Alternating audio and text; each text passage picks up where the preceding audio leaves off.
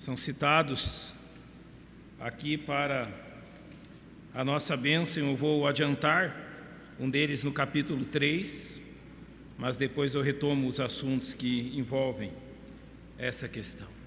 Filipenses 2, no verso de número 25 diz: julguei contudo necessário mandar-vos Epafrodito, meu irmão e cooperador e companheiro nos combates, e nosso enviado para prover as minhas necessidades. Vamos orar. Nosso Deus, nós te louvamos pelos exemplos registrados em Tua Palavra, os quais nos encorajam a seguir em frente dentro do Teu querer. Abençoa, Pai, o estudo desta noite, para que bebamos da Tua verdade, a fim de sermos fortalecidos e edificados. É o que eu rogo ao Senhor em nome de Cristo. Amém. Não podia ser diferente quanto à igreja em Filipos, a igreja mais próxima da realidade que vivemos hoje. Eu creio que o tempo que nós vivemos despertam a nossa atenção para dois livros em especial. No Velho Testamento, para o livro dos Salmos. Por quê? Porque o livro dos Salmos é uma demonstração prática daquilo que nós temos no Novo Testamento. Se no Novo Testamento as verdades espirituais são ensinadas de forma didática, nos Salmos elas são ensinadas de forma prática. E nós precisamos da prática da vida espiritual. Já em Filipenses, no Novo Testamento, nós encontramos irmãos numa circunstância muito próxima da nossa, vivendo um tempo difícil, vivendo um tempo de incertezas, vivendo um tempo de perseguição e de muitas questões que se abateram sobre eles. Mas graças a Deus, porque o capítulo 2 termina demonstrando que muitos daqueles irmãos, junto com o apóstolo Paulo, não se permitiram abater, mantiveram-se firmes, mantiveram-se convictos daquilo que eram as necessidades primordiais do seu tempo. E assim é conosco também. Abatermos-nos ou não abatermos-nos, deixarmos-nos desanimar ou mantermos-nos animados, é uma decisão nossa. Por mais que a grande maioria siga num rumo, nós não precisamos seguir aquilo que é chamado de efeito manada. Já viram uma boiada? Pouco tempo atrás, ali no Pará aconteceu isso, se não me engano, ou em Minas, eu não lembro qual dos dois estados que foi. Um boi seguiu em direção a um precipício e ele jogou-se do precipício. E toda a boiada que vinha atrás dele fez o mesmo, jogou-se. É um efeito de que um vai seguir o caminho do outro, cegamente, mas não é assim que é dito de nós. E eu quero usar o exemplo de Epafrodito para inspirar-nos aquilo que foi verdade também na vida desse precioso irmão. O verso 25 que eu lhes li, diz que Paulo então enviou Epafrodito a Filipos, e ele vai qualificar aqui Epafrodito como um irmão e cooperador, um companheiro nos combates, e vosso enviado para prover as minhas necessidades. Sabe o que aconteceu?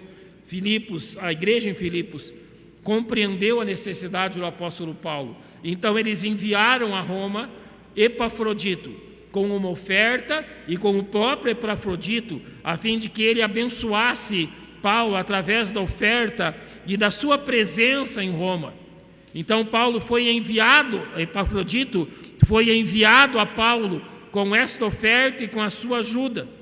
Então no verso 18 Paulo diz, no capítulo 4, bastante tenho recebido e tenho abundância, cheio estou, depois que recebi de Epafrodito o que da vossa parte me foi enviado. E no mesmo capítulo, no verso 26 diz: porquanto tinha muitas saudades de vós todos, estava muito angustiado de que tivesseis ouvido que ele estivera doente. Então aconteceu algo. Nessa viagem, que não era curta, Epafrodito encontrou-se enfermo. Ele foi servir a Paulo, ele foi servir em nome da igreja, mas ele encontrou-se em uma enfermidade que tornou-se grave e que, de certa forma, limitou as suas questões, mas não impediu que ele cumprisse a sua missão. A situação dele piorou quando ele tomou conhecimento que os irmãos em Filipos souberam que seu estado era grave, e isso então lhe causou muita tristeza. Não era anormal que isso acontecesse. As viagens naquele tempo eram duras e inóspitas. Não era anormal que viajantes contraíssem doenças muitas vezes graves, como foi grave a situação de Epafrodito. Então aqui ele esteve, e Paulo diz algo dele, que ele tinha muitas saudades de vós todos. Sabe, Paulo já tinha enfrentado as circunstâncias de obreiros saudosos de casa. Foi assim que João Marcos o abandonou na primeira viagem missionária. Mas o caso aqui não é que a saudade de Epafrodito era algo egoísta, como foi no caso de João Marcos. O seu desejo de estar com os seus era por objetivo de acalmá-los quanto à sua saúde, e não porque ele queria logo deixar o apóstolo Paulo em Roma.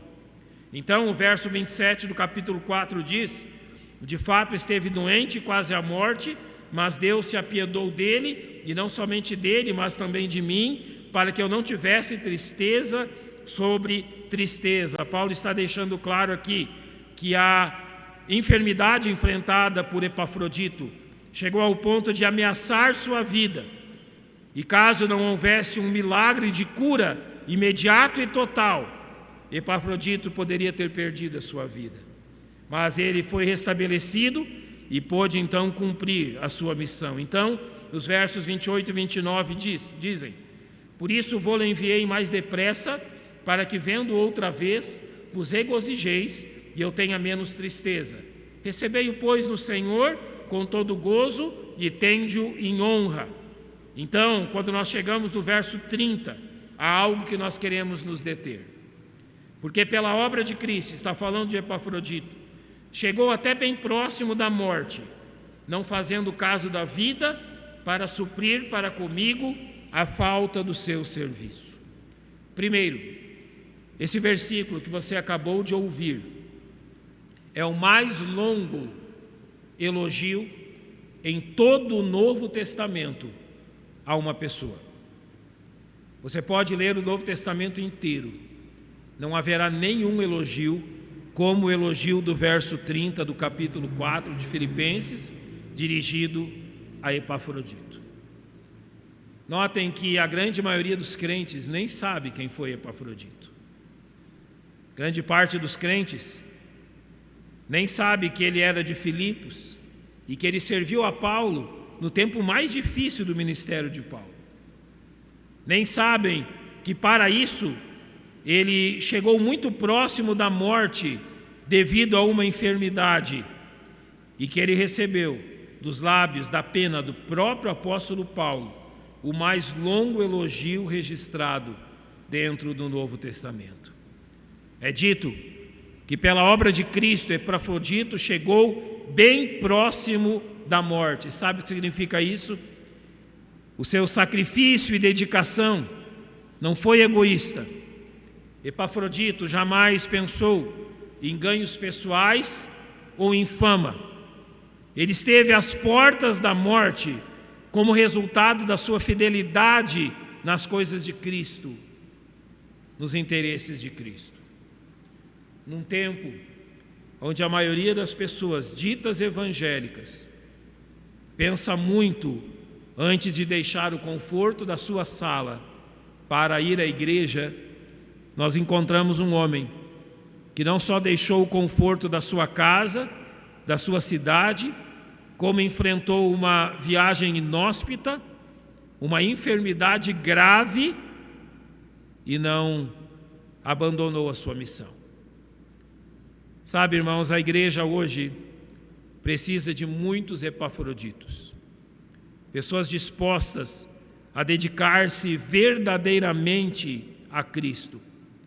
O texto diz que ele não fez caso da sua própria vida. A palavra aqui usada significa ele arriscou a sua própria vida.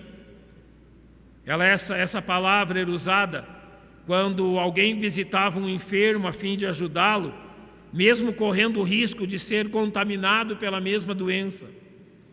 Ele não fez caso da sua própria vida a fim de servir a Cristo e de honrar a Cristo. Quando eu falo que a carta aos Filipenses é a mais próxima do nosso tempo, eu falo de Epafrodito também. Se Epafrodito vivesse no nosso tempo, eu creio que não seria esta epidemia a razão para ele não estar na casa de Deus e não servir a Jesus Cristo. Era um homem realmente disposto a tudo, a fim de que Cristo fosse exaltado na sua vida. A pergunta que eu lhes deixo a respeito dele é: até onde ia o cristianismo de Epafrodito? Até o ponto de não fazer caso da sua própria vida por amor de Jesus. Este é o segundo exemplo, depois de Timóteo, que Paulo estabelece aqui na carta aos Filipenses. Um homem que não fez caso da própria vida, a fim de servir Jesus Cristo. O segundo exemplo já encontra-se dentro do capítulo 4, mas eu quero usá-lo dentro dessa verdade. A passagem do capítulo 3, versos 4 a 11, demonstra realmente a dedicação pessoal de um homem que levou o evangelho aos gentios, trabalhando praticamente sozinho. O exemplo do apóstolo Paulo é de um homem que negou-se a si mesmo, enfrentando todo tipo de oposição, a fim de fazer o nome de Jesus conhecido em todo o mundo. Em Filipenses 3, verso 4 é dito: ainda que também podia confiar na carne, se algum outro cuida que pode confiar na carne, ainda mais eu, circuncidado ao 8º dia, da linhagem de Israel, da tribo de Benjamim, hebreu de hebreus, segundo a lei fui fariseu, segundo o zelo perseguidor da igreja, segundo a justiça que há na lei, irrepreensível. Paulo aqui apresenta um quadro de quem era ele antes de conhecer Jesus. Ele lista todos os privilégios da sua natureza humana. Mas olha o que diz no verso 7. O que era para mim ganho, reputei o quê? Perda por Cristo. Exatamente isso. Paulo não teve medo de perder absolutamente nada neste mundo por amor de Cristo. E o verso 8 nos diz que, na verdade, tenho também por perda todas as coisas, pela excelência do conhecimento de Cristo Jesus, meu Senhor, pelo qual sofri a perda de todas estas coisas e as considero como escória, para que possa ganhar a Cristo. Se Epafrodito dedicou a sua própria vida, Paulo dedicou absolutamente tudo que tinha e tudo que ele era. Sabe, a junção desses dois homens demonstram muito bem que eles não estavam brincando quanto às questões do Evangelho. A sua seriedade era tamanha que Paulo preferiu ser realmente humilhado e rebaixado aos olhos dos homens, a fim de ser bem-sucedido como servo de Jesus Cristo. Paulo jamais pensou no elogio dos homens. Ele sempre teve em conta o elogio de Deus. Ele jamais pensou no que os homens pensavam dele, mas sim naquilo que Deus pensa dele. Você já percebeu que crentes fiéis a Jesus Cristo se comportam assim também? Não estão preocupados com o que familiares ou amigos ou a sociedade pensa deles, se estão perdendo ou desperdiçando suas vidas, suas riquezas, seus talentos. Eles realmente colocam Cristo em primeiro lugar, a fim de exaltá-lo através do seu próprio viver. Assim como eu perguntei em relação a Epafrodito, eu pergunto em relação a Paulo: até onde ia o cristianismo de Paulo? Até que ponto Paulo era um cristão verdadeiro? E nós temos que responder: até o ponto de negar completamente a si mesmo, a fim de que fosse Jesus exaltado e conhecido. Irmãos, nós estamos, obrigado, irmão, verdadeiramente dispostos a negar a nós mesmos, a fim de que Cristo seja exaltado. Eu creio que o interesse dos crentes pelas coisas de Deus nesse tempo demonstra muito se isso realmente é uma verdade na igreja de nossos dias. Assim como precisamos de Epafroditos, precisamos de Paulos também, dispostos a negar a si mesmos. Finalmente, o último exemplo, nós o vimos no capítulo 2, e eu peço que você vá comigo ao verso 5 do capítulo 2. O último exemplo usado aqui é dito no verso 5, de sorte que haja em vós o mesmo sentimento que houve em quem? Em Cristo Jesus. O quarto exemplo que encontramos nessa epístola aos Filipenses nos apresenta o próprio Salvador, como exemplo de sacrifício em prol da igreja que ele comprou pelo seu próprio sangue. Notem que esse sacrifício de Cristo, no verso 6 é dito, que o levou a não ter como usurpação ser igual a Deus. Sabe, Jesus não levou em conta quem ele era, quando então Deus Pai lhe deu a missão de vir a este mundo resgatar-nos. Sabe, Jesus não levou em conta duas coisas. A primeira, quão grande ele é. A segunda, quão pecadores nós somos. Jesus veio a esse mundo realmente sem levar em conta a sua alta posição, o próprio Deus, e a quem ele estava vindo salvar, simples pecadores. Mas o verso 7 diz que ele fez a si mesmo de nenhuma reputação, tomando a forma de servo e fazendo-se semelhante aos homens, a fim de que ele resgatasse os pecadores. Era preciso que ele assumisse a forma dos pecadores, e ele fez isso. Ele realmente não teve como nenhuma reputação quem ele era, mas ele assumiu a forma humana e fez-se um homem. Então o verso 8 diz: e achado na forma de homem, humilhou-se a si mesmo, sendo obediente até a morte e morte de cruz. Eu já falei desse texto aos irmãos e gostaria de lembrá-los dessa verdade. Notem o que Jesus fez. De Deus, ele rebaixou-se a homem. De homem a servo. De servo a condenado à morte. E de condenado à morte a morrer numa cruz. Você entende o que Jesus fez? E você entende que a escada que o fez grande entre nós é uma escada cujos degraus o levaram para baixo? Assim como perguntei de Epafrodito e de Paulo, eu devo perguntar até onde vai a fidelidade de Jesus a Deus Pai, e a resposta é até o ponto de dar a si mesmo em sacrifício por aqueles que não mereciam seu amor. Até esse ponto. Relembre 3 questões. Epafrodito não teve a sua vida, realmente deixou de lado a sua própria viver, a sua segurança, a fim de servir a Deus. Paulo deixou sua posição.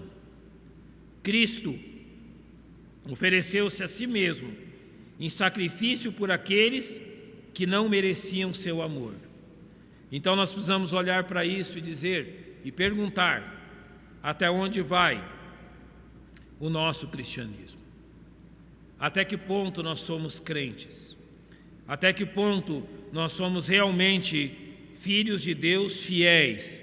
Até que ponto nós estamos dispostos a nos desgastar pelo serviço e pela fidelidade a Jesus Cristo? Sabe o que Deus espera de você como um salvo em Cristo? Nós podemos dividir isso talvez em 3 questões.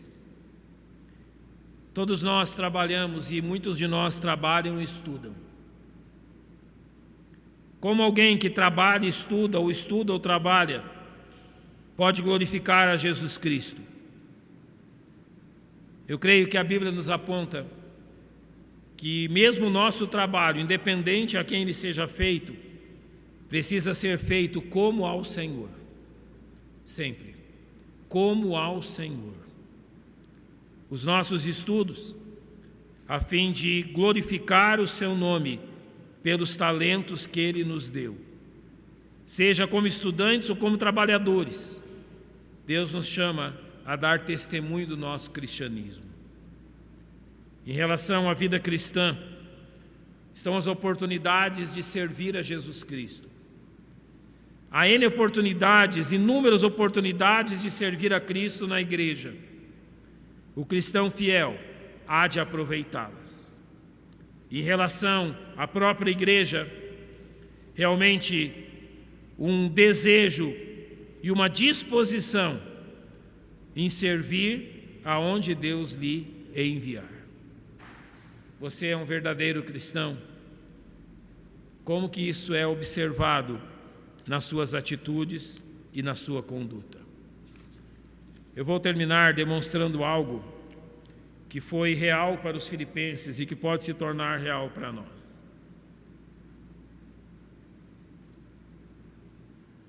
Logo após esse tempo, você pode ler 2 Timóteo. Paulo foi condenado à morte e decapitado na prisão Mamertina em Roma.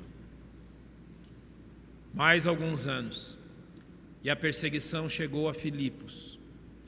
E muitos daqueles que ouviram a leitura em primeira mão dessa carta foram mortos por causa do cristianismo. Outros perderam os seus bens, o direito de morar nas cidades muradas, foram morar em cavernas, em florestas, em todo tipo de lugar, à mercê de todo tipo de violência.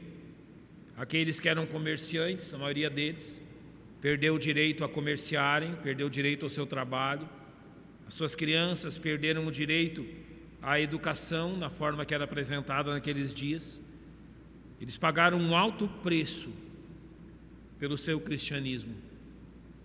E sabe o que as pessoas usavam para acusá-los? O seu testemunho. Eles olhavam para alguém e diziam: este aqui com certeza é um cristão. Sabe, se a pessoa não fosse cristã, ela teria 1000 provas para mostrar que ela nunca foi cristã. Mas quando eles apontavam para alguém e diziam: esse aqui era um cristão porque eu o via na igreja, ele mesmo pregou o evangelho para mim, a forma de vida dele denuncia. Esse é um deles. Eles usaram a própria vida deles como prova de condenação. Possivelmente daqui a muito pouco tempo, quando o cristianismo também for proibido, e creio que também no nosso país, eles farão o mesmo. O que eu lhe pergunto é: quais serão as provas apresentadas contra você, dizendo que você é um cristão? Sabe, já se deu muito nome para cristão nesse mundo, não é? Eu lembro de um pregador alguns anos atrás aqui na nossa igreja, ele falou assim, do cristão 007, você lembra disso? Agente secreto, ninguém sabe que ele é cristão.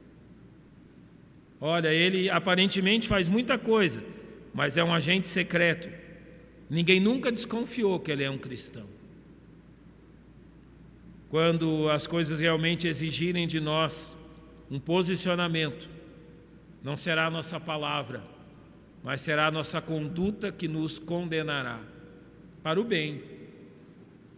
Mas facilmente muitos não serão condenados porque nunca deram demonstração alguma que servem a Jesus Cristo. Que isso não aconteça conosco, irmãos.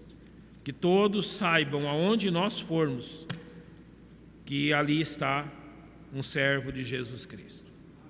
Que todos saibam, independente de onde você esteja, que ali está alguém submisso a Jesus Cristo. Eu escrevi as palavras do pastor alguns dias atrás, dizendo que você pode tirar recesso do trabalho, mas você não pode tirar recesso de Deus. Aonde você estiver, mantenha o seu testemunho, e Deus há de usá-lo para a glória dele. Vamos fechar os nossos olhos, vamos